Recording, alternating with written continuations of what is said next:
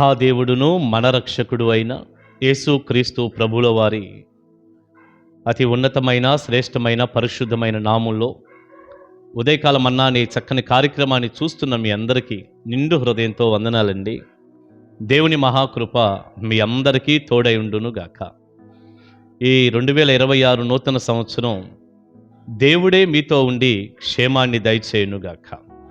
రండి, పరిశుద్ధ గ్రంథంలో నుంచి ఒక చక్కని వాక్యం ఇలా మనం చదువుకుందాం. సమూయేలు మొదటి గ్రంథం 28వ అధ్యాయం 16వ వచనం. అందుకు సమూయేలు, యెహోవా నిన్ను ఎడబాసి నీకు పగవాడు కాగా నన్ను అడుగుట వలన ప్రయోజనమేమి? యెహోవా నిన్ను ఎడబాసి నీకు పగవాడు కాగా నన్ను అడుగుట వలన నీకు ఏం ప్రయోజనమేమి? ప్రియులారా, ఇక్కడ సందర్భం ఏంటంటే,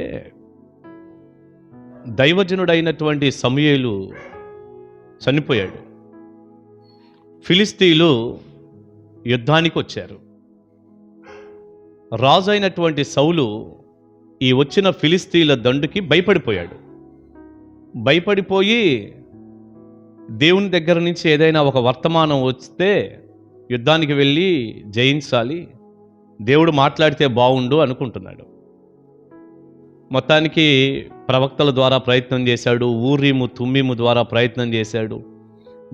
దేని ద్వారా అయినా సరే, మరి స్వప్నం ద్వారా కానీ దేని ద్వారా అయినా కూడా దేవుని దగ్గర విచారణ చేసేటటువంటి క్రమంలో ప్రభు మాట్లాడితే బాగుండన్నటువంటి క్రమంలో ఎన్ని ప్రయత్నాలు చేసినా దేవుడు ఏమీ మాట్లాడటం లేదు సౌలుతో. ఇప్పుడు ఏం చేశాడంటే, నా కొరకు కర్ణపిశాచం కలిగినటువంటి ఒక స్త్రీ ఎక్కడన్నా ఉంటే చూడండి అన్నాడు.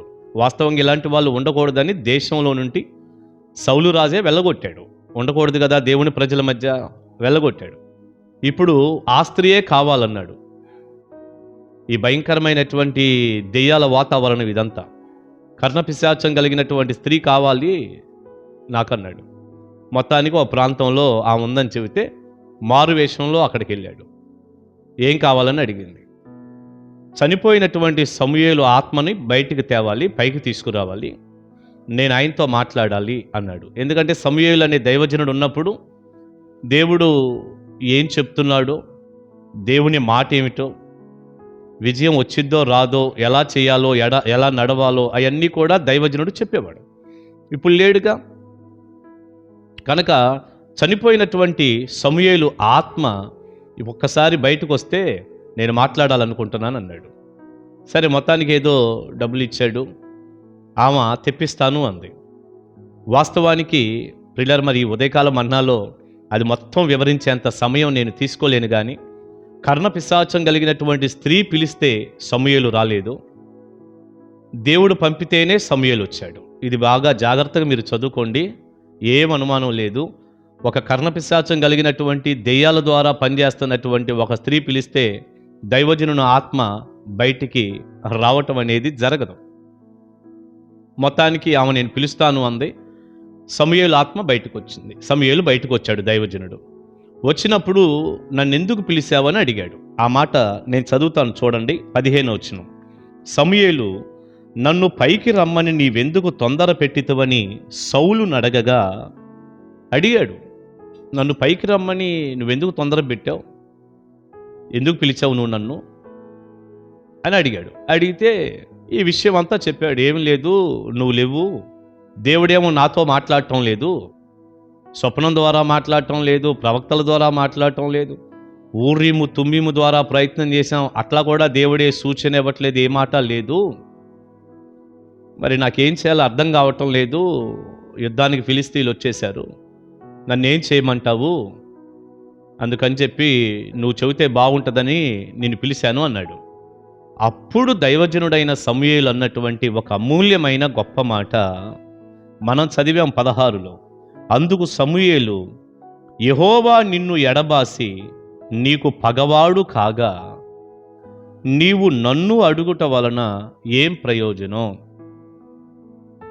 దేవుడు నిన్ను విడిచిపెట్టాడు. సౌలుతో అంటున్నాడు, దేవుడు నీకు లేడు, నిన్ను వదిలేశాడు, నీకు పగవాడయ్యాడు, శత్రువయ్యాడు. ఎందుకయ్యాడు అసలు వాస్తవంగా అంటే, సౌలు దేవుని మాట వినే రకం కాదు.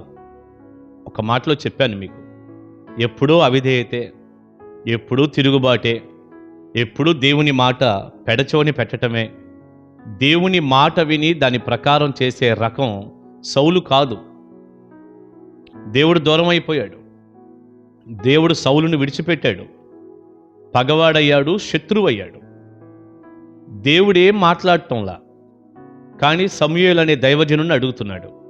సమూయేలు అంటున్నాడు, యెహోవా నిన్ను ఎడబాసి నీకు పగవాడు కాగా ఆయనే నీకు దూరం అయిపోతే, ఆయనే నీకు శత్రువు అయిపోతే, నువ్వు చేసినటువంటి ఈ పిచ్చి పనులన్నిటినీ బట్టి దేవుని నువ్వు పోగొట్టుకున్నాక నన్నేదో పైకి రమ్మని నా ద్వారా నువ్వేదో విని నన్ను అడగటం ద్వారా నీకేం ప్రయోజనం ఉంది అన్నాడు. ఇప్పుడు మీకు ఒక్క మాట దీన్ని బట్టి దైవజనుడిగా నేను చెప్తాను. మనకు ఉండాల్సింది దేవుడా, దైవజనుడా? దైవజనుడు ఉండటం మంచిదే, కానీ నీకు దేవుడు వెళ్ళిపోయాక దైవజనుడు ఉన్నాడు, దైవజనుడిని అడుగుతాను, మా దైవజనుడు చూసుకుంటాడు, ఇది ఎంత అమాయకత్వం అసలు. అది దైవజనుడు ఉండాలి, దానికంటే ముందు దేవుడు ఉండాలి నీకు. ఈనాడు చాలా మందిని మీరు చూడండి, మీరు గమనించండి, చెడులో ఉంటారు, సౌలులాగా పాపంలో ఉంటారు, అవిధేయులుగా ఉంటారు, దేవుని మాటేం వినరు, దైవజనులు వాక్యం బోధిస్తారు, వీళ్ళేం పెడచెవుని పెడతారు, లోకంలో తిరుగుతుంటారు, చెడు చెడే, పాపం పాపమే. మళ్ళీ వీళ్ళు ఏమనుకుంటారంటే మాకు ఒక మంచి మందిరం ఉంది, అసలు మా మందిరం ఎంత పెద్దదో తెలుసా, మా పాస్టర్ గారికి అసలు ఎంత చక్కటి వాక్యం చెప్తాడో, ఆయనకి ఎన్ని లోతైన మర్మాలు తెలుసా మీకు అన్నట్టుగా. ప్రియులారా, ఇది ఒక అర్థం పర్థం లేనటువంటి ఒక భ్రమ. అది అంతే. దానివల్ల నీకు వచ్చే లాభం శూన్యమేకంతే. దైవజనుడు ఉన్నాళ్లే, మాకు పెళ్లి కావాలంటే చేస్తాడు, పిల్లోడు పుడితే ఉయ్యాలు లేస్తాడు, మా కార్యక్రమాలన్నీ ఆయన చూసుకుంటాడు, పుట్టిన కాడి నుంచి చివరి దాకా అన్నీ ఆయనే చూస్తాడు. మా పాస్టర్ గారు ఉంటే చాలు, మా కోసం ఏదైనా ప్రార్థన చేస్తాడు, సలహాలు ఇస్తాడు, మా ఇంటికి వస్తాడు, ఏదైనా ఉంటే ఆయనే చూసుకుంటాడు. సామాన్యమైన సేవకుడు కాదు. అసలు మా చర్చికి వచ్చే వేల మంది, అసలు ప్రియులారా, కొంతమంది ఎంత గర్వం అంటేనండి, అసలు ఆ మందిరం అంతా ఈ విశ్వాసే కట్టినట్టు, ఆ సంఘం అంతా కూడా ఈయన ద్వారా వచ్చినట్టు. మా చర్చి, మా పాస్టర్ గారు అసలు మా చర్చికి వచ్చే ఎంతమందో తెలుసా అని. ప్రియులారా, ఇది ఒక అమాయకత్వం. అదంతే. దేవుడు వెళ్ళిపోయిన తర్వాత సేవకుడు ద్వారా నీకు వచ్చేది ఏంటి? ఆ మాట సమూయేలు అంటున్నాడు. దేవుడే నీకు దూరం అయిన తర్వాత నన్ను పిలిచి నాకు చెప్పుకోవటం ద్వారా నీకేం ప్రయోజనం అన్నాడు. ప్రియబిడ్డ, నేను త్వరగా ముగించే ముందు ఒక మాట అడుగుతాను, నీకు దేవుడు ఉన్నాడా లేడా? చెడులో ఉంటే దేవుడు ఉండడు. నిన్నటి వీడియోలో కూడా ఈ పదం నేను వాడాను.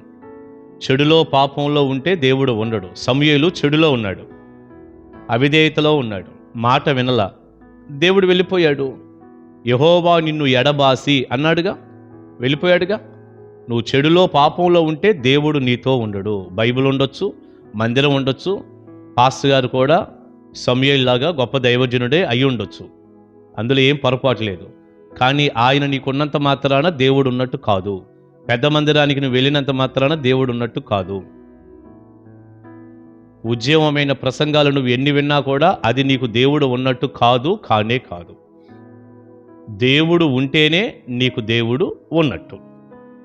ఒకసారి ఆగి ఆలోచించుకో, ఇలాంటి భ్రమలో నుంచి బయటికి రా. నేను మళ్ళీ చెప్తున్నాను, ఒక మంచి మందిరానికి వెళ్ళటం, ఒక మంచి దైవజనుడిని కలిగి ఉంటే ఏం తప్పు కాదు, మంచిదది. కానీ దేవుడు వెళ్ళిపోయాక వీళ్ళని చూసుకొని ఇంకేముంది, సామాన్యం కాదు. కొంతమంది అసలు దేవుణ్ణి కూడా పక్కన పెట్టి పాస్టర్ గారిని పూజిస్తూ ఉంటారు. అసలు మా అయ్యగారు అంటే ఏందో తెలుసా అని, దేవుడు వెళ్ళిపోయాడని నీకు తెలుసా అని అడగాలని ఉంటుంది నాకు. నువ్వు పరిశుద్ధంగా ఉంటే పూరి గుడిసెలో మందిరం అయినా కూడా, రేకుల షెడ్డు మందిరం అయినా అక్కడ ఉంటాడు దేవుడు. మర్చిపోబాకు దేవుని బిడ్డ. 2026లోనైనా కనీసం దేవుడు ఉన్నాడా లేడో చూసుకో. దేవుడు వెళ్ళిపోయాక నీకు ఎవ్వరున్నా కూడా, నాలాంటి దైవజనులు ఉన్నా కూడా నీకే ప్రయోజనం ఉండదు. తర్వాత సౌలు పరిస్థితి ఏమైంది? దేవుడు వెళ్ళిపోయాడుగా. మొత్తం నష్టమే. మీరు చూసుకోండి. దేవుడు ఉండాలి. నేను మళ్ళీ చెప్తున్నాను, ప్రార్థించే ముందు దేవుడు ఉండాలి. దేవుడే ఉండాలి. ముందు దేవుణ్ణి కలిగి ఉండి తర్వాత ఎవరైనా ఉండొచ్చు. ఇదేదో పెద్ద గొప్పలాగా చెప్పుకుంటా ఉంటారు చాలామంది. పెద్ద దైవజనుడు మంచిదే. ముందు అసలు ఆయన ఉన్నాడో లేడో అసలు ఆయన చూసుకో, తర్వాత ఇవన్నీ కూడాను.